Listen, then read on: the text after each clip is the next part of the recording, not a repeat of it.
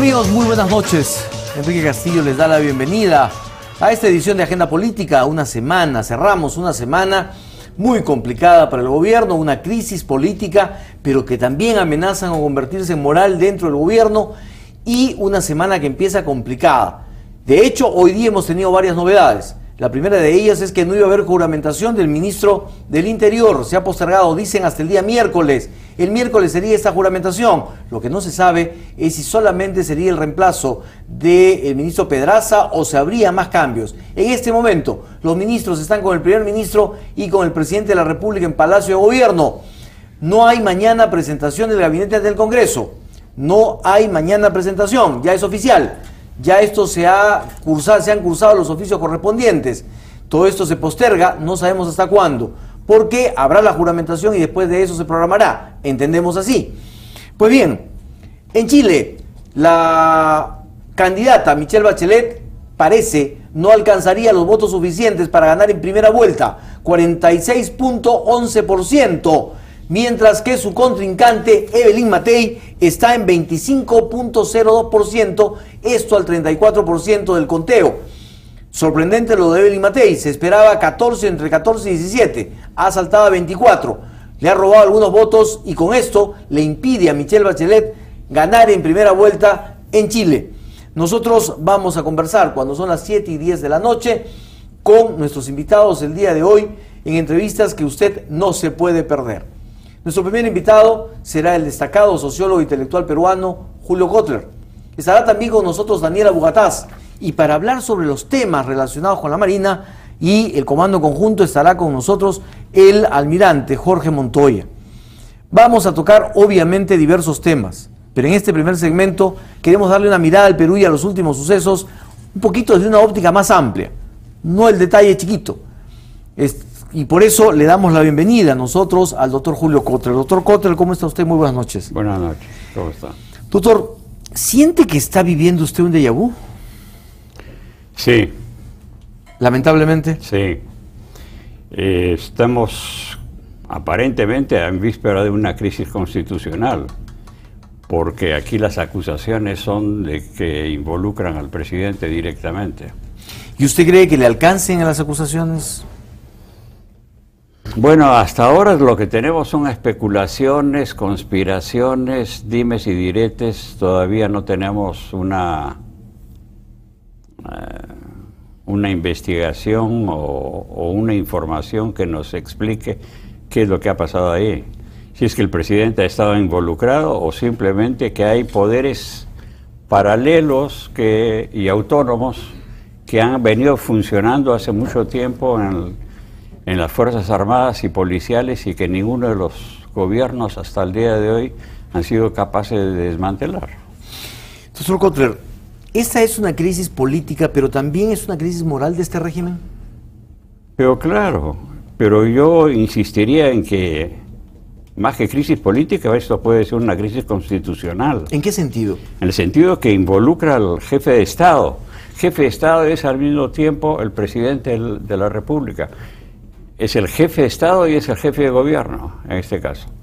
Y entonces, si involucra al presidente en una situación de fuerte ilegalidad, como sería esto,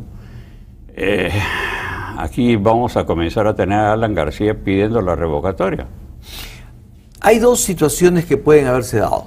Una, que el presidente haya sabido de los movimientos de los oficiales involucrados, inclusive quizás lo de Adrián Villafuerte, que no se sabe por qué se fue o por qué lo sacaron, y otra, que el presidente no supiera nada y que todo se manejaba a espaldas de él. En ambos casos la situación es delicada, porque tendríamos a un presidente, en el primer caso, que está volviendo con las prácticas montesinistas, y en el segundo a un presidente que, habiendo sido militar y siendo jefe supremo de las Fuerzas Armadas, no sabe nada del tema. Bueno, no sería el primer caso. La autonomía en las Fuerzas Armadas y Policiales es un tema recurrente en el Perú. Esto no es ninguna novedad. Es decir, ahí no hay poder del Estado. Efectivamente, ahí lo que tenemos es una cantidad de redes que vienen desde muy atrás y que van trabajan para sí. Es decir, cuando usted se encuentra con el narcotráfico en el Perú, esto obviamente que debe involucrar a redes policiales en el Perú y en cualquier parte del mundo. Esto no es ninguna novedad. Ahora, las autonomías de las Fuerzas Armadas y policiales también es un fenómeno recurrente en todas partes del mundo.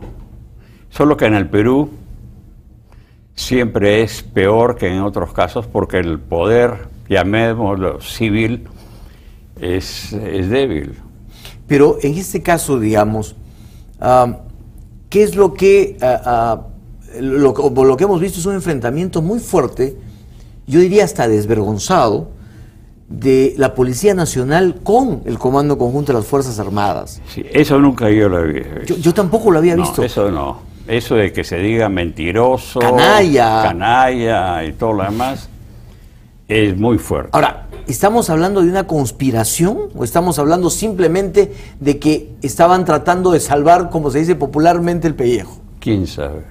Difícil saberlo. Claro, por eso es que todo esto son puras especulaciones.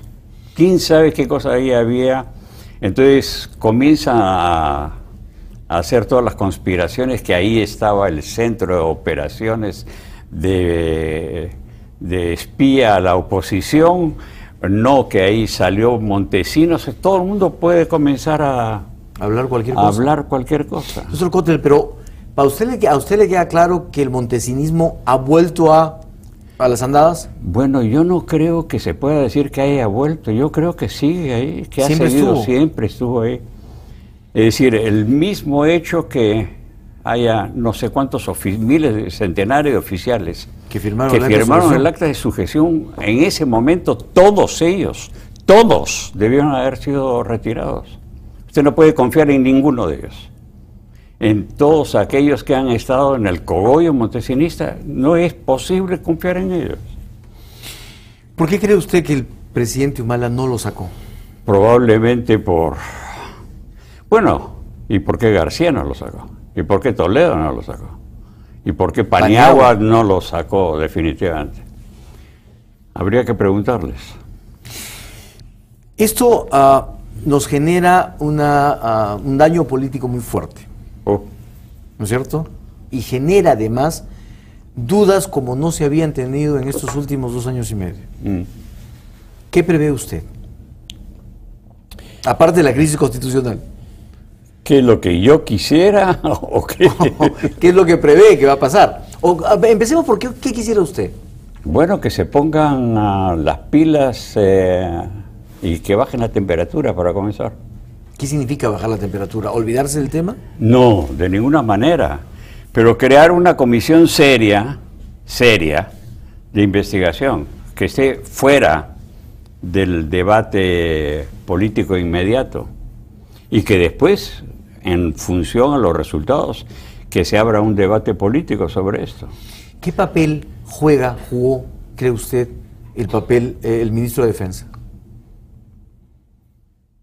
Mire, nuevamente le digo, no quiero alimentar las especulaciones y los dimes y diretes de qué es lo que jugó, qué es lo que no jugó.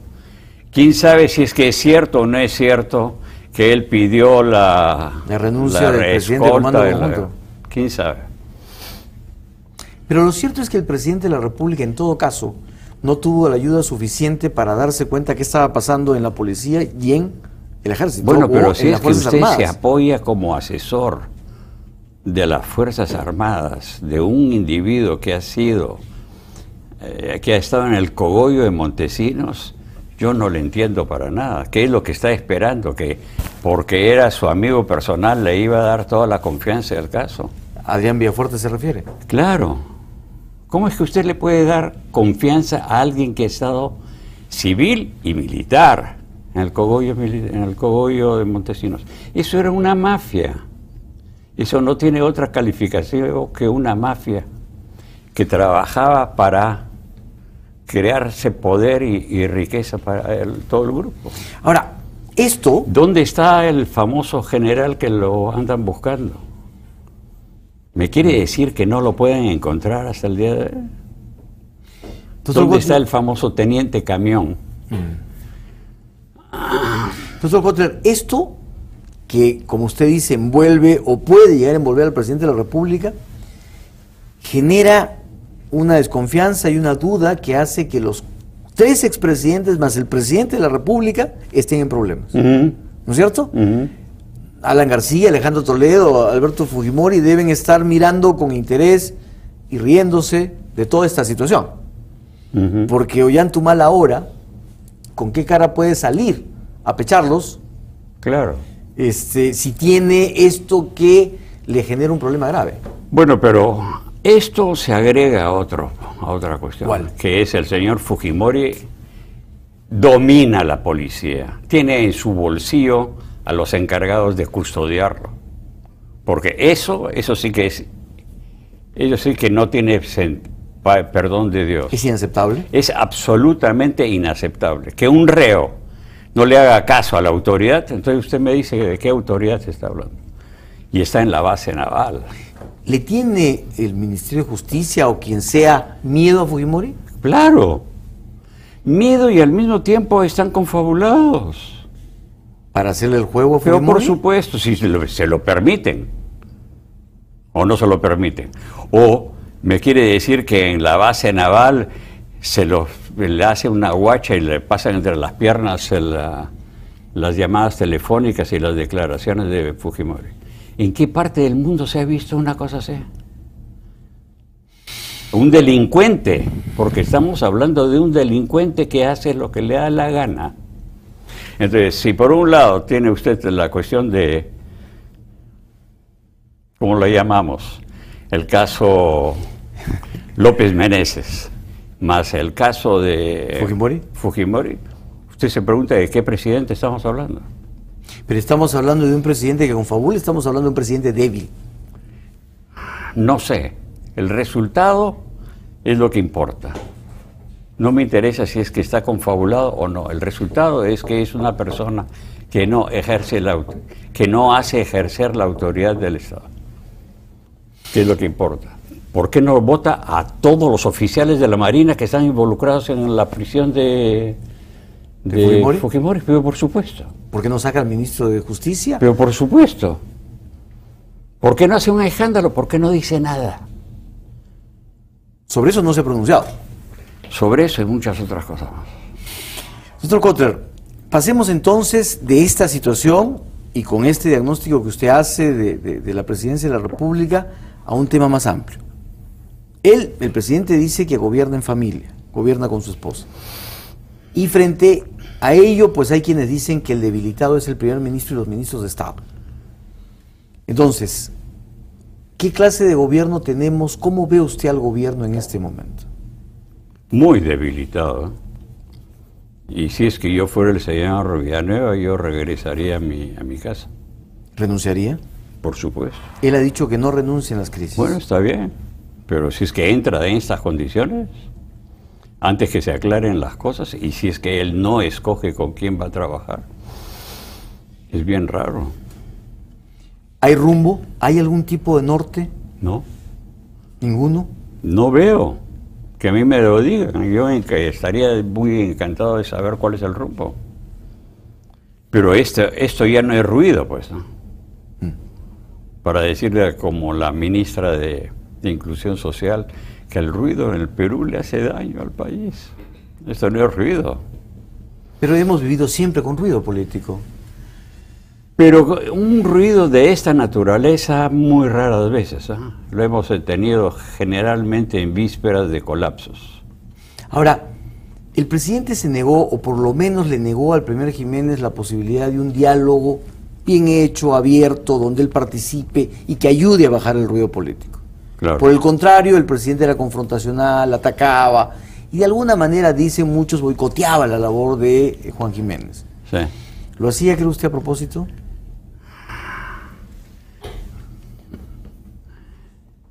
Yo creo que formaba parte de su... En el mejor de los casos, yo creo que formaba parte de su carácter. ¿Solo de su carácter? Sí, él se picó. Y el que picó y el que se pica... pierde. ¿Por qué se picó? Bueno, porque no tiene el cuero de político, pues. Para ser político hay que tener un cuero a lo García. No lo de Toledo ni de Paniagua. Hay que tener un cuero de chancho como el que tiene García. Bien duro. Resistir todos los embates. Y él no los tiene. ¿Ollantumala y Nadine Heredia fallaron al enfrentarse a Alan García? Pero por supuesto. ¿Les dio la vuelta? Pero son 3 personas que han dado la vuelta al escenario político. Sí, mire lo que es el sistema político en el Perú cuando 3 personas le pueden dar la vuelta al escenario. Qué poco se requiere para manejar todo el sistema político, como la gente acostumbra a decir. ¿Esto a qué nos va a llevar en el corto plazo? Bueno, puede ser que en el corto plazo haya un reacomodo, mis buenos deseos son que haya gente que tome aire y diga nos estamos despeñando o hay que aguantar las cosas y hay que hacerlas tranquilamente y una comisión investigadora y que siga los procesos normales de un Estado de Derecho. Pero sin insultos, sin poner a las señoras para que se ataquen unas con otras. ¿Qué es esto? Esto es lo más ridículo del mundo. Le ha faltado, no digo ya elegancia, sino cordura. ¿A quienes han enfrentado a sus esposas? Claro, involucrarlas también a ellas. Es decir, desde fuera no quiero decir otra cosa, pero es casi un hazmerreír, ¿no? Unas declaraciones de Pilar Nores pues generaron toda una respuesta de casi todo el gobierno. Sí, pero por supuesto, y me parece muy mal que ella se haya involucrado. ¿Que Pilar Nores se haya involucrado? Claro, porque ella hace declaraciones que no tienen sustento técnico. Porque si es que usted hace esas declaraciones es porque usted tiene un sustento técnico, y ella no lo tiene. Solo que el MIDIS tampoco quiere entrar a la pelea y dar el sustento técnico de las políticas sociales. ¿Porque no las tiene? No las tiene, sino que la ministra no viene del campo político. Ellos son funcionarias técnicas que están pensando en su futuro en otras organizaciones. Pero hay quienes dicen que ese es el principal problema de este gobierno, no tener operadores políticos, no tener ministros políticos. Pero por supuesto. No tener gente que pueda hacer buen trabajo, pero a la vez difundirlo bien. Pero claro, y pelearla. Entonces, con este mismo gabinete, aunque con otro ministro del Interior y con César Villanueva, ¿tenemos futuro? Esto va a ser reiterativo y en la medida que nos acerquemos a las elecciones, se lo van a agarrar en la aorta a la yugular a ¿Humala? A Humala, por supuesto. No existe comportamiento democrático. Aquí lo que se trata es de atacar a la bruta y de destruir. Mire usted, al día siguiente que entra el nuevo director del comercio, a 3 columnas saca una información proveniente de un investigador de la Universidad del Pacífico. Es una denuncia brutal, que no ha sido cotejada con el ministerio. Usted, como buen periodista, sabe que una persona dice, esta persona esta política no sirve para nada, entonces se va al ministerio y le dice, este fulano dice estas cosas, ¿ustedes qué dicen? De tal manera que pueda dar las 2 versiones. Pero el investigador era un investigador prestigiado. Sí, por supuesto. Y usted igualmente, usted tiene que ir para saber si es que lo que está diciendo tiene sustento o no tiene sustento. Y nunca más ha dicho nada. Yo esperaría que en la Universidad del Pacífico hagan ellos, los mismos profesores hagan un procesamiento de evaluar este tipo de informe para ver si es que tiene o no tiene sustento a esa acusación.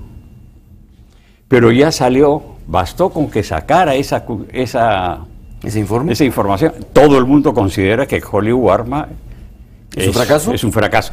Y el veneno que se ha destilado por algunos periodistas es una cosa increíble. Pero no tenemos todas las semanas información de intoxicaciones, de malos productos. Por supuesto. Entonces algo está mal. Sí, pero si usted tiene 5 millones de desayunos y 30 intoxicaciones, entonces, tanto como que el programa está mal, usted no lo puede decir eso. Que hay focos malos, ineficientes, pero por supuesto, y lo va a ver. No existe políticas sociales en el mundo que no tenga alguna parte que sea ineficiente, pero el ánimo de destruir la política social es un ánimo político. ¿Usted cree que solamente ha sido un ánimo político? Absolutamente. Usted no... Y perdón, y todas las otras acusaciones que han venido no han sido cotejadas con el ministerio, y el ministerio y la ministra, que no tiene ningún interés en pelearse. En pelearse con nadie, porque quiere regresar a su escritorio. Políticamente su... Sí, es que ya me imagino que quiere renunciar para regresar tranquilamente a su escritorio. No hay operadores políticos que salgan a defenderlo. Entonces, se da cuenta, a lo que voy es posible con que el informe sea muy bueno, yo no lo pongo en duda, o que sea muy malo, como parece que alguna gente lo piensa así. Pero a lo que voy es que usted, como periodista, tiene que cotejar. Y en segundo lugar, usted, si es que sale con acusaciones, debería haber alguien que salga a defenderlo. El gobierno, callar la boca. ¿Usted percibe que tenemos una política social inclusiva o asistencialista? Mire, no conozco. Yo creo que hay una parte de la política social que es asistencialista y que debe ser asistencialista. La extrema pobreza necesita asistencia. Eso es indudablemente. Con este gobierno y con cualquier otro gobierno, cuando usted se encuentra con ese tipo de población, están con el agua al borde de la boca, necesita sostenerlos un poco. Eso es indudablemente. Que no solamente debe haber ese tipo de política social, para eso está el Ministerio de Produce. Doctor Kotler, con esta situación que hoy vivimos y esta crisis que hoy tenemos, más las sospechas que el gobierno genera ahora o que le generan al gobierno, ¿cree usted que haya gente profesional, capaz, honesta, decente, que quiere entrar al gabinete? Siempre hay. ¿Sí hay? Sí. ¿Pero qué condiciones? El poder... Bueno, por eso le digo de gente profesional, honesta y capaz. Sí, sí. Porque gente que duerme con un fajín, no, pero yo con la esperanza de que lo llamen, hay. Yo creo que Jaime Saavedra es un excelente investigador y... Que se inaugura con mal pie. Por hoy día el fracaso en el examen a los bueno, electores. recién entra entonces. Ya, pero digamos, ¿qué condiciones tendrían que tener estos nuevos ministros, capaces y profesionales, para que puedan desarrollar bien su trabajo? Tener a su lado unos 30, 40 operadores políticos. Ya. Y imaginarse un partido político que dé la orientación política que debe tener. Muy Cosa bien. que no existe. ¿Y el presidente de la República y la primera dama qué tendrían que hacer? La primera dama debería irse a su casa. ¿No estar al lado de su esposo en Palacio? Puede estarlo, pero que no figure. Yo no le voy a decir a ella qué es lo que tiene, cuál es el tipo de relación que debe mantener con su esposo, pero que no figure públicamente. ¿Que no tenga ninguna injerencia en el gobierno? Pero por supuesto. ¿Y el presidente? El presidente debe hacer el ejercicio de los poderes de Estado que le hemos conferido, ¿no? ¿Debe delegar un poco más o debe delegar en su primer ministro? Pero claro, pero él tiene que dar la orientación general. Él debe decir que a dónde quiere ir. ¿Y sabe Ollanthumal a dónde quiere ir? Habría que preguntárselo. Por los pasos que ha dado hasta ahora en estos 2 años y medio, ¿usted cree que sabe a dónde quiere ir? Un poco difícil, ¿no? ¿Cómo lo siente usted? ¿Cómo lo ve? ¿Hacia dónde lo ve caminando? En el mejor de los casos, muy confundido. En el mejor. Muy confundido. ¿Qué es lo que lo confunde? Haber tenido un discurso radical y ahora tener que... No enfrentarse a un mundo muy complejo. Él viene de una institución vertical en la que hay alguien que da una orden y los otros lo cumplen, sin dudas ni murmuraciones. Y aquí se encuentra con que todo el mundo opina, contradice, dice unas cosas, hacen las cosas de manera diferente a la que él quiere. Es decir, estamos viviendo una situación democrática, ¿no? Y eso es una cosa que no comprende. Todos debemos trabajar unidos. ¿Qué es eso? Como que únicamente hubiera un solo interés o una sola opinión sobre cómo se deben hacer las cosas. Eso es imposible. Bueno, en una situación democrática usted tiene que pelear alrededor y convivir con ellas y respetarlas. Así es. Y entonces no sentirse paralizado y aguantar los golpes que le dan sin picarse. Por eso muchos preferimos no entrar en la vida política. El próximo año, ya 2 meses, va a ser un año muy político, con elecciones regionales y municipales, quizás las más políticas que podamos tener en los últimos años. Inmediatamente, obviamente, ya vendrán la campaña para la general. Ya se adelantó, además. Entonces, ¿vamos a tener un ambiente mucho más polarizado, doctor Kotler? Bueno, no está polarizado el ambiente, está disperso. ¿No lo siente usted antifujimorista y fujimorista? ¿No siente usted que Fujimori y todo lo que hay alrededor de él y todo lo que hay alrededor de sus gobiernos nos están dominando? Soterradamente. Y sí. No, yo creo que el fujimorismo, para comenzar, el fujimorismo significan varias cosas diferentes. Una cosa es Marta Chávez, otra cosa es Keiko Fujimori, otra cosa debe ser Santiago Fujimori, otra cosa deben ser los grandes propietarios pro-fujimoristas y los tecnócratas pro-autoridad que le den mano libre. Yo lo que creo es que va a haber múltiples polos. Hay múltiples polos en las regiones, hay múltiples intereses. Usted va a tener candidaturas regionales para las generales. ¿Radicales? ¿Tienen opción las radicales en este momento? Pero por supuesto. ¿Por qué? Porque hay mucha gente que está muy descontenta con lo que hay, entonces se trata siempre de ser más radical del hombre que está a su izquierda. Usted así copta votos. ¿Y entonces hay espacio en este país para un radical? ¿A nivel de Para presidente? muchos radicales. ¿Para muchos radicales? No, para presidente no. No, pero para candidaturas. Y regionales sobre todo. Pero por supuesto. ¿Y para presidente por qué no? Porque ¿Estamos ya curados de los radicalismos? Tanto como curados no, pero hay muchos riesgos, entonces la parte conservadora del país, hasta el día de hoy Lima, es la que pesa mucho en el voto, como para centrar el voto. Aquel que se pone muy radical de un lado o de otro lado pierde. Esa es la tendencia en el país. Tenemos 4 candidatos. Keiko, Kuczynski, Alan García, a una encuesta incluido a Nadine Heredia, y por ahí tenemos quizás Alejandro Toledo, no sé. Y unos 5 más que van a aparecer por ahí. Así es, pero con muchas menos posibilidades, ¿no es cierto? Pero que quitan votos a otros. Así es. Muy bien. ¿Qué horizonte ve usted con estas candidaturas? Que va a ser la repetición. ¿Nada va a cambiar en el país? No hay partidos políticos. ¿No hay ninguna posibilidad de pensar en una mejora? De este tipo de funcionamiento, esto no es un problema de buena voluntad. Los que tendrían mayor posibilidad de control serían una facción fujimorista, porque tiene sus redes que van desde la policía, el ejército, hasta la sociedad. ¿Más que el aprismo? El aprismo ha perdido muchísimo. ¿Mucha influencia? El APRA ya acabó.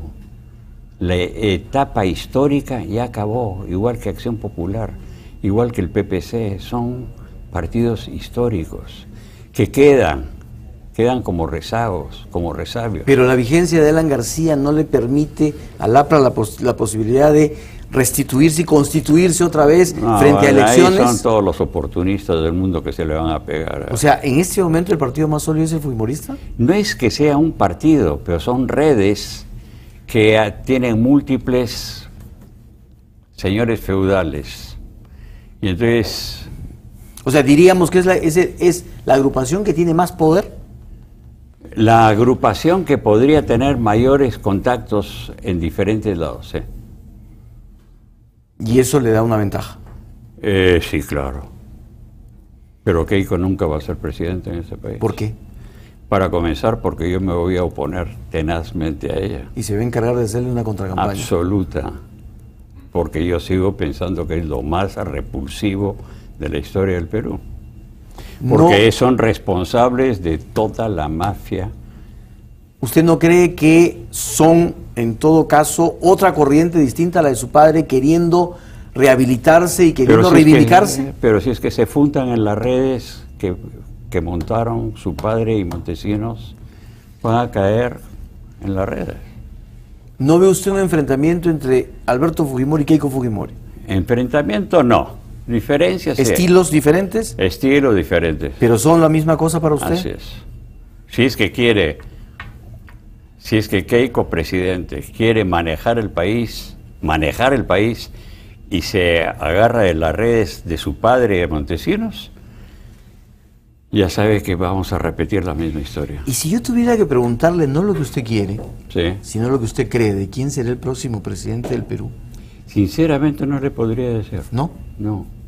Porque dadas las condiciones actuales uno podría imaginar que Kuczynski debería ser el representante neto de un desarrollo capitalista, globalizado, como el que tenemos acá. ¿Quién mejor que él sería el representante? Pero no, pues. ¿Y Alan García? Sí, también podría serlo. Sí, entre ellos dos yo creo que se puede ver. ¿Y una candidatura de Nadine Heredia la ve viable? No hablo de las normas electorales, sino del apoyo popular. Podría ser.